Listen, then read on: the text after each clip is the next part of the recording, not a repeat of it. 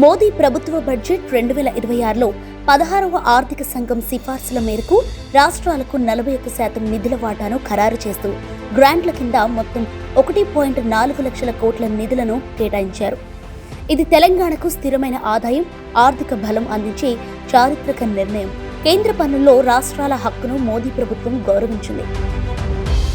గ్రామాలు, పట్టణాల అభివృద్ధికి నేరుగా నిధులు వస్తున్నాయి. గ్రామీణ స్థానిక సంస్థలకు 55,909 కోట్లు, పట్టణ మున్సిపాలిటీలు, కార్పొరేషన్లకు 1,000 కోట్ల గ్రాంట్లు కేటాయించడంతో రోడ్లు, డ్రైనేజీలు, తాగునీరు, పారిశుద్ధ్యం, పౌర సదుపాయాలు వేగంగా అభివృద్ధి చెందుతున్నాయి. అప్పులపై ఆధారపడకుండా స్థానిక అభివృద్ధి సాధ్యమవుతుంది. విపత్తుల సమయంలో తెలంగాణకు అండగా మోదీ ప్రభుత్వం నిలుస్తోంది. రాష్ట్ర విపత్తు ప్రతిస్పందన నిధికి 22,574 కోట్ల రూపాయలు కేటాయించి వరదలు, కరువు వంటి సందర్భాల్లో రైతులు, పేదలకు తక్షణ సహాయం అందేలా భరోసా కల్పిస్తోంది. ఇదే బాధ్యతాయుత పాలనకు నిదర్శనం. డబ్బులిస్తోంది కేంద్రం, అభివృద్ధి చేయాల్సింది స్థానిక పాలన.